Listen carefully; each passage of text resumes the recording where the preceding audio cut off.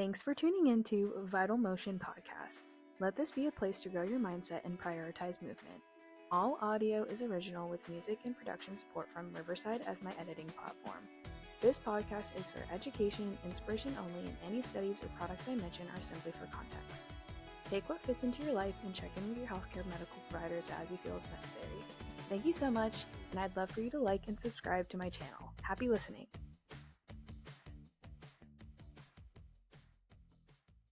Hello, everybody. Welcome back to another episode of Vital Motion Podcast. My name is Maddie, and we're joined by special guest Jake Brown, recurring guest at this point, newly fiance. So yeah, lots of fun things for us to celebrate lately. But anyways, we are going to discuss more so recovery methods, things like that nature. We just kind of did a deep dive on the research there and found more information out for everybody. VIP guest is back.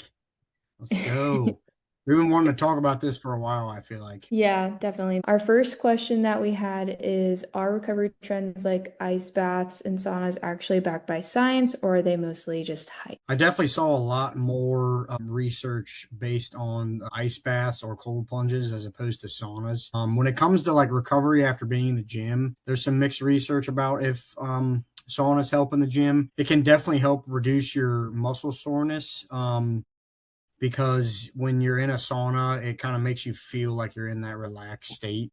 It's sort of like a nice thing that you could try after getting a really heavy workout in. From my personal experience, it feels good every single time. It kind of opens up your blood vessels. I guess it could be sort of benefit for your cardiovascular health, but again, there's not really like 100% proof that it actually does help with recovery. It's just kind of one of those like relaxation type of methods. Now, for cold plunges, like I saw a journal from the Frontiers of Psychology.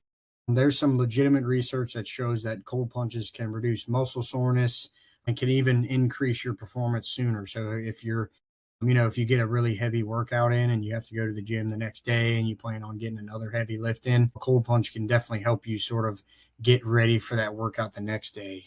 So when you're exposed to that water at such a low temperature, it kind of limits the inflammation of your muscles. So that's definitely goes hand in hand with reducing the soreness and things like that. So I think it can help with pain for sure, slows the blood flow, and it's, all that's backed by science. So it's definitely one of those things where it's like cold plunges are good because the research is 100% proven, but saunas, I guess it remains to be seen when it comes to if it's actually a good sense of recovery. Yeah, so that was a good overview of that. It seems like more so like post-recovery, you want to try to stay away from the sauna just because the heat changes how your body directs blood flow and can kind of decrease that growth window that may happen after exercise. So it's better to do like separate sauna sessions, maybe like 4 to 6 hours post or on a different day, just like have a separate recovery day. But yeah, the cold plunge seems to be something that is more beneficial right after exercise, which is just based off what the research that we found. But overall, nutrition is going to be your best friend in terms of For recovery sure. too. So can't forget about that. Yeah. And then we kind of touched on it a little bit, but what are benefits for the sauna besides just like relaxation? So as I mentioned, it definitely reduces your risk for cardiovascular disease because when you're in a sauna and you're in that, high temperature type of state, your blood vessels relax and it does promote blood flow. And then heat also relaxes your body in general. So I think it's a really good way to get into that relaxation stage. So, kind of like how I was talking about with the last question, cold plunge is good for recovery. Sauna is good for relaxation. So whatever you're more interested in, you can go with whatever you want to. But other than that, it's more of like a sense of like it's like a perceived improved recovery. It's not like an actual recovery. But you can't bash what makes you feel good. So I can't say that it's bad at all. But if you are looking for 100% proven recovery, cold plunges are the way to go. Yeah, definitely. But overall, it seems like it just helps to improve like blood circulation, to help kind of get oxygen-rich blood to the bloodstream, to help, promote cell renewal and even maybe some collagen reproduction. Helps to detox your body. Sweating is always good to just kind of get everything out there. May even boost your immune system because of the white blood cells, which help fight off illness are flowing more through your body. Also, I read that it's good for respiratory health too. And so like people who have asthma or bronchitis, it can just kind of open up the airways a little bit more and reduce some of the congestion. So I thought that was interesting. And I also saw that there's a contrast of like, well, we learned about this in school, like hot to cold, but it talks about saunas to cold plunge and how it can help to actually boost your lymphatic system. Just kind of helps the lymph circulate more, just kind of helping decrease that bodily waste throughout our system, help to detox everything. So I thought that was interesting. So when you say that, do you Uh, mean like you get in a sauna and then you go into a cold plunge right after? yeah, yeah, pretty much. I'm not sure the exact like time Yeah. frame of when you would, how long you stay in the sauna versus how long you stay in the cold plunge, but I thought that was interesting. Just like any kind of like hot to cold contrast, like taking a hot shower and then maybe you step outside if it's like winter or something like that, That's funny. That's funny because to kind of get the that reason I was balance. asking you that is because when we went to Tennessee, the Airbnb that we stayed in had that sauna, and then it had the like pool right next to it, which the pool was fairly cold. So every morning I would wake up and go into the sauna for like 15 minutes, and then I would just jump right into the pool, and it felt literally amazing. 100% felt good, and it woke me up real quick. Definitely something to look further into for people who are interested in that method. We're going to kind of change gears a little bit, talk about like red light therapy and, if it really does work for pain, recovery, skin health, all those things that it seems to be claiming, at least on the internet. Yeah. What did you find? So I read an article from Harvard Health, and it said red light therapy is said to stimulate the mitochondria in our cells to both reduce inflammation and increase the production of collagen, which is a protein that makes our skin stronger. And there's been new research because red light therapy is a pretty new and sort of trendy thing.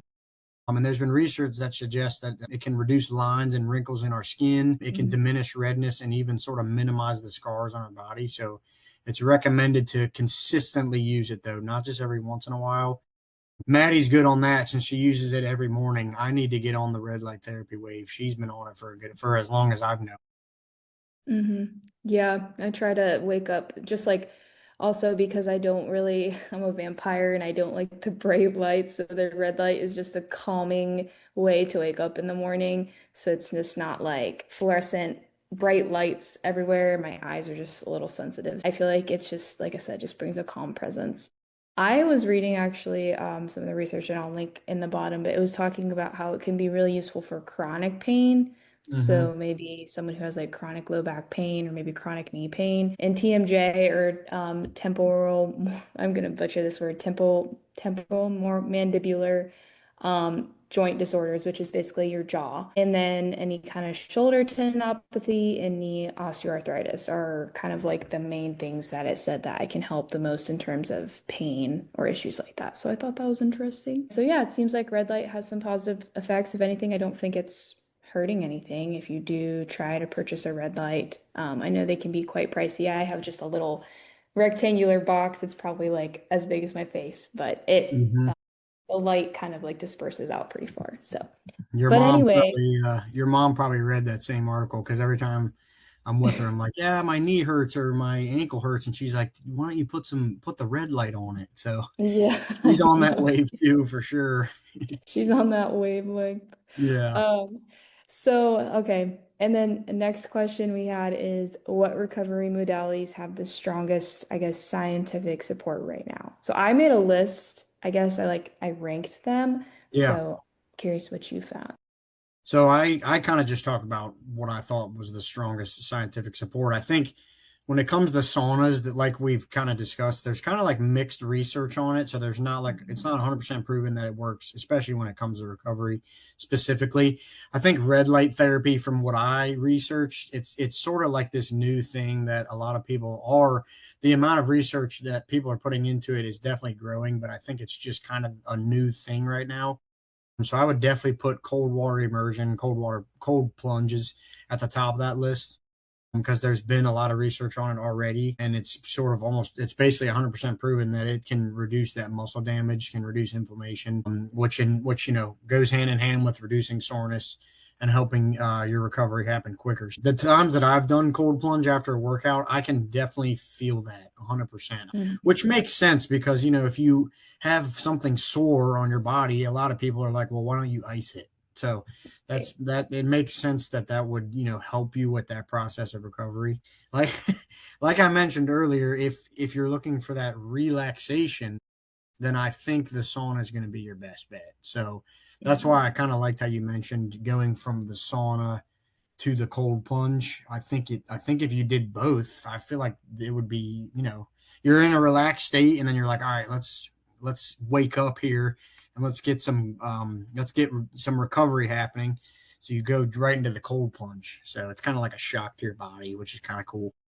Yeah, and I mean, I think cold plunge kind of does that too. It just kind of shocks the system. I mean, when we were back in March when we went to the beach and we jumped in the water and we got out, it was like super Yeah, cold. We felt both just felt so rejuvenated after. So I definitely think like real-time experience kind of proves, maybe what the research is saying too. for sure. I went a different route. I kind of put sleep at the top because I feel like Okay. that's just the strongest recovery in terms, or going to help your body recover the best. Yeah. And then I said nutrition, weight training, and then just drinking enough water. So I kind of went more of like, I guess, traditional things that have been Yeah. around for a long time. And then I led with like massage, cold plunge, sauna. So I kind of Yeah. put those two at the bottom. Yeah. Although I think they can be supplemental, maybe not something that some people may find benefit from them, some people may not. So it's just again, everybody's different in terms of what they find is best for that stuff. Yeah. So yeah, next little question we had is, are those expensive recovery gadgets worth the money for the average person? So, we're talking about all of these, sauna, cold plunge. Yeah. There's so many things out there, but they come at a pretty expensive price. So it's like, is it really worth it? Sure. So what did you find with that? So from the things that I looked at, I think if you're not someone that's that's an athlete, exercises regularly, or doesn't have a very physically demanding job, I feel like all the recovery gadgets and all that aren't necessary for you. I mean, you can Mhm. do whatever you want, and again, if you're I feel like honestly, if you have like a very stressful job, I think a sauna would be very nice. I think it would be a very nice thing to do after you get off and when you want to be in that relaxed state. But I feel like the goal, I mean, the topic we're on, the goal of these gadgets is to aid in that recovery process. So I think after you participate in an activity where you are using your body, your muscles in a really intense way or more than the average person would, then I think those sort of things are worth it for anyone out there. But some of these pop-up saunas and cold plunges, like there's several $100s. There's even some out there that are over $1,000. So I think if you just gotta see what your priorities are. I feel like, Yeah, I mean, definitely. I think anybody could benefit from any of these things, whatever works best for them. But I think a lot of it is just like cost efficiency. But, maybe you take a cold shower and then you switch to hot shower, yeah, or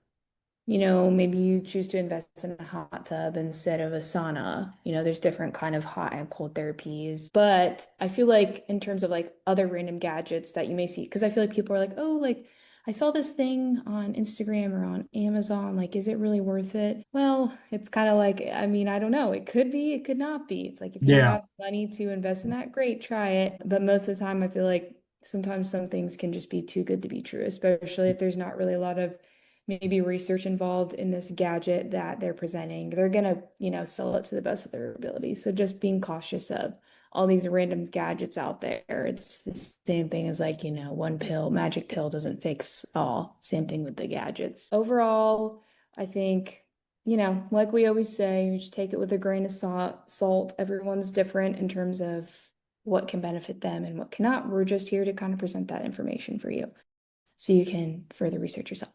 So we did want to finish with just discussing maybe who should avoid sauna or cold plunge use, just from like a medical standpoint, or maybe more of a high risk. So what did you find? So I read an article from the American Lung Association, and it says the use of ice baths or sauna use is not recommended for certain groups, such as those with high blood pressure, certain heart conditions, or chronic lung disease. So when you use a sauna, it can increase your dehydration and it can make breathing more difficult. So you definitely want to be careful when it comes to being in an environment like that. And then cold plunges can trigger hyperventilation and increase blood pressure by constricting one's blood vessels. And it definitely feels like that too when you're in a cold plunge. You could jump right in a cold plunge and you just start breathing really, really quickly, and you're trying to, you almost feel like your blood pressure is increasing. So it's definitely a wild feeling. So if you're in any of those groups or you're even unsure about using a sauna or cold plunge, I'd definitely talk with your medical provider. It's always a good option to prevent any harm from using methods like these for recovery. Personally, like I've mentioned multiple times on this episode, I love both methods and would recommend them to anyone that is curious about using them for relaxation or recovery. I think they're great. Definitely. Yeah, some other ones that just kind of be on the cautious side is like asthma, although I did say it can be beneficial. Just kind of watch it. Definitely check in with your doctor beforehand to see what they think about it. Anybody who's pregnant, try to stay away from saunas. And then, yeah, for cold plunge, just again, like anybody who has open wounds, that was another something that I found. But overall, it seems pretty safe for the most part for most populations, but any kind of like heart issue or any of the other things we mentioned, just kind of double check with your doctor before use. But yeah, so encouraging recovery any way you can, whether that's through sleep or eating well. Those will definitely benefit you in terms of recovery. And then, adding on these extra layers to further just promote, your best active, healthy lifestyle. Do what feels good ultimately. Do what makes you feel Definitely, good. for sure, always. But yeah. So thanks again for coming on, Jake. And yeah, we'll see you next time, listeners. Thanks, guys.